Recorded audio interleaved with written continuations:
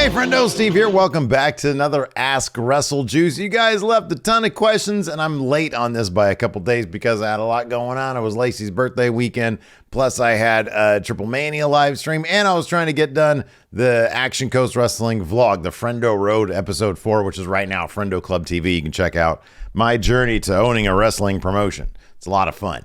But this got backburnered. So here I am. I think I'm going to do this in a two-part. Today and tomorrow, two-part Wrestle Juice, Ask Wrestle Juice, because you guys left like 81 questions here. So I'm going to try to answer a bunch of these. We're going to kick off with Lane Odell. He says, do you think Triple H is getting close to Tony Khan status with all these returns and debuts? Seems like every week we get someone new or someone returning. I think there's one major difference in that AEW has two brands, but one of the brands is infused into their own weekly TV. So they've got 2 hours of Dynamite, 1 hour of Rampage. So that's 3 hours of cable TV where the most of their important stuff happens. Yes, they do stuff on Dark and Elevation, which I think can run between 1 hour and like 3 hours or whatever. But we all know that's just sort of enhancement. It's to boost wins for the cable TV personalities. It's to get reps for some of the younger, greener talent, and it's to try out, people who aren't in AEW yet. It's to give them sort of an audition, I guess. So really, they've got 3 hours of core programming, and honestly, like it's been a little bit better lately. But Rampage isn't really seen as important as Dynamite, and so really they've got like 2 hours. But let's call it 3 hours. And you look over at WWE. They've got three distinct brands, and yes, there is some crossover between the two, but they basically have three distinct brands. They've got 6 hours of TV, 7 hours of TV between Raw 3 hours, SmackDown 2 hours, and NXT 2 hours. So there's a lot more opportunities for Triple H to fit people in spots, especially given that now he paces things a bit different than Vince McMahon in terms of he actually keeps things moving, and that allows more opportunities for people to get TV time.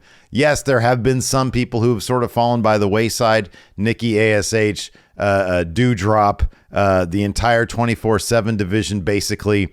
And so I kind of just feel like, and then if you look over at Main Event, there's still a ton of people having terrific matches. Plus, it looks like there's going to be a round of call-ups from NXT. So, I mean, is he in danger of experiencing some bloat? That's a possibility. I think that he's probably going to continue to build factions the way they do in AEW to solve sort of their bloat problem. I think Triple H is going to continue to do that. He brought up Legado del Fantasma. That's got 4 people. And one of them was already on main roster, Zelina Vega, so she was incorporated into that. You got Judgment Day. Their numbers might grow. He brought in the Good Brothers, but as part of a faction with AJ, their numbers might grow. Bobby Lashley has been talking about wanting to reform the Hurt Business. I don't know if they'll do that. They should, again, to get more people more TV time. And then I believe that once the Roman Reigns thing is done with after WrestleMania, I don't know how much TV time the Bloodline will take up week after week, because right now they sort of dominate TV, but there's still plenty of room for other people to get involved. I don't think right now it's an issue. It's something probably to keep in mind. It's something for people to, I'm not going to say concerned with necessarily, but yeah, you don't want these rosters to get too unwieldy, because then you have an issue like AEW where a bunch of people kind of aren't doing nothing. Miro, I don't know what happened to Miro. He was supposed to have a feud with Malachi Black. Malachi Black and Buddy Murphy took some time. Buddy Matthews took some time off. So then Miro ends up just not doing anything. So yeah, I don't know. Probably not. They're probably fine for now, but it's something to keep an eye on for sure. Let's move on here. Richard Ives, who do you think should win next year's Royal Rumble? I think probably Cody Rhodes, and then he should go on and beat Roman night 2 of WrestleMania after Roman beats Rock night 1. Alexander Smith says, with Mox's new deal stopping him from working for other companies apart from AEW and New Japan, could this be the first step in AEW moving towards a WWE closed style system?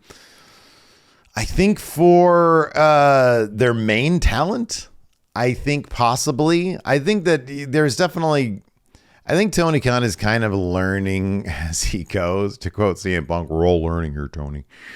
I think that, yeah, I think that I don't know if it's going to end up being that way sort of en masse, but I think that Tony Khan is understanding that some of the things that Vince McMahon implemented, some of the things that WWE does, he did for decent business reasons, not allowing his wrestlers to go out on the independent circuit.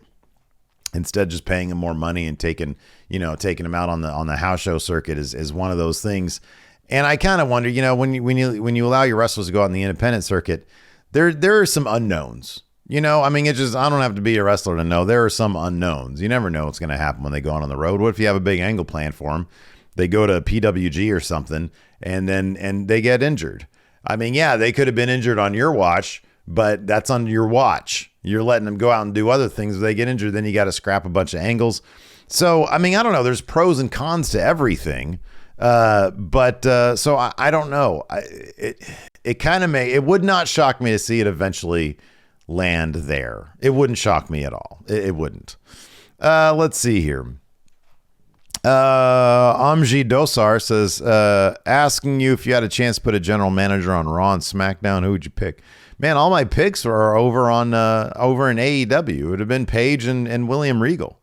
It would have been William Regal on Raw and Paige on SmackDown. I think that would have worked perfectly. But they're in AEW now, so you can't do that.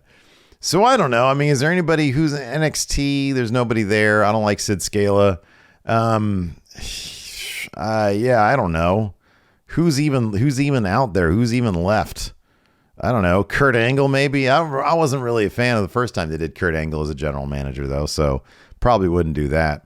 Let's see here. Maybe like MVP or something. That could be cool. Blake Whitehouse has a good question. Is Bianca Belair approaching lull Cena wins territory? She's great and amazing, but comparing her now to how she was when she won the Rumble almost 2 years ago, she feels the exact same. Even when she lost the title to Becky, she felt the same. She basically buried damage control by herself.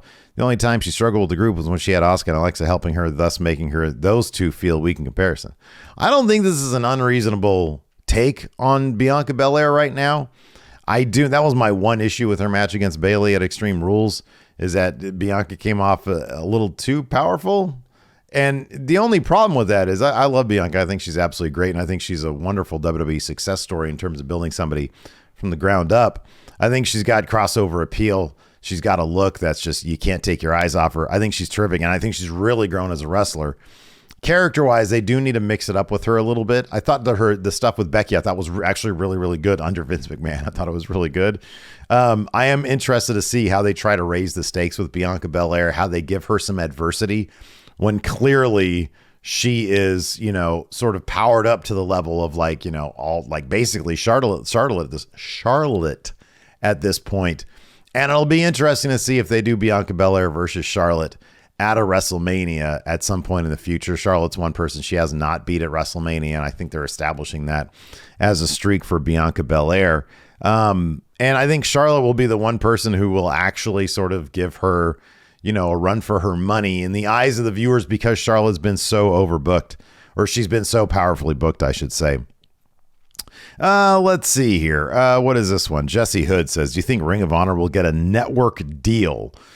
No, not a cable deal. They have a hard enough time finding a spot for Rampage as it is. Hell, even Dynamite's going to be on Tuesday this week. It's going to be tomorrow this week.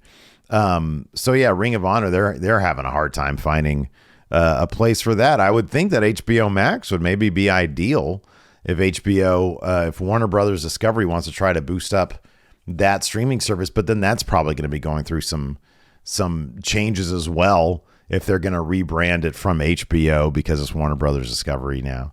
So yeah, I don't know. That's a good question. I don't think they're going to get on TV though. There's just no room. I don't know where they're going to do it unless they want to bolster, I don't know. What is the channel with Ghost Hunters on it? Anyways, Arnold asked, do you think Orange Cassidy winning the All-Atlantic title was the right decision? Now it's bugging me what channel it's on. Orange Cassidy won the No, I like Orange Cassidy. I think it was great for him to win his first title. Pac being double champion is great, and I think it's awesome that he was the guy they made the first double champion. I think he could have been world champion at some point. Probably could still be at some point. But no, Pac with one title is good enough. Like we just said, they got a lot of people on that roster. So you got to spread that gold around.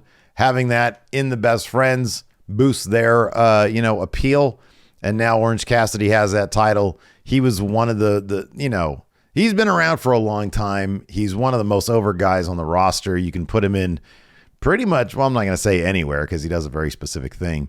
But if you ever need like a high profile, you can actually he's had a lot of sort of varied opponents. You can kind of put him anywhere. I thought it was a great decision. Now you get to spread that title around. Darius Corey says, who will get the title first, Theory or Bray? Probably Theory, because he's on a time limit. He's got another, what are we at now? I think they do Money in the Bank in June. So he's got 6-8 months. He's got 8 months. I feel like Bray is going to tell the story about him fighting his inner demons, his super ego, whatever it is he's fighting, his id. I don't know how they break down. I feel like Bray's going to tell that story for a little while. He'll probably do a thing with Orton. He'll probably do a thing, I don't know, maybe with Roman after Roman wins the titles. I don't know. But no, I think it's going to be a little while. I just don't think it's necessary for Bray to have a title. Watch, I say that and he wins it at WrestleMania after they split the titles. I don't know. But yeah, I get the feeling that Bray will probably win it off of Cody down the line. Theory's got to win that title between now and June, though. They're not going to. I don't think they're going to do a failed cash in with Theory. Let's see here. Kane B asks, "What are your early War Games match predictions?" I think it's gonna be Damage Control versus Bianca. I think they don't know about the women's match yet. I think they're hoping to get Sasha and Naomi to team with Bianca against Damage Control at War Games. It seems like what they set up on SmackDown this past Friday, it seems like it's going to be Brawling Brutes versus Bloodline in some way, shape, or form. I don't know if it's going to be, if it's Sammy, Jay, and Jimmy, then maybe Roman will be putting it all on Jay, like, hey, you guys better win this or else against the Brawling Brutes. But then you have like Sammy versus Sheamus, and I think they might spin that off into a Sheamus versus Roman thing, and I feel like it might be, I don't know. I mean, you'd think it'd be Roman and the Usos, but maybe it's going to be Roman, Jimmy, and Sammy against the Brawling Brutes. I don't know. I don't know if they're going to put Roman in War Games. Larson seems to think that the War Games match sells itself. Maybe he's right about that. I don't know. But it seemed like from what they set up on Friday, that it's going to be Brawling Brutes versus the Bloodline in some way, shape, or form. Let's see here. Marvell says, since you and Larson now own a wrestling company, will you book me to eat squash defeats when I'm ready? I don't know. Look, I own a wrestling company. I don't know what this booking squash defeats. What are those, man? We book these matches. They go out there and they fight. And then whoever the better person is ends up winning. Squash. I don't know that. I don't even know what that term means. Let's see here. Bat Fan 1. Is Tessa Blanchard ever going to sign with WWE or AEW? I doubt it. That shit was too much, man. that was too much. Anyways, that's going to do it for this Ask Wrestle Juice. I'm going to do another one of these tomorrow. Thanks everybody for tuning in. I appreciate it.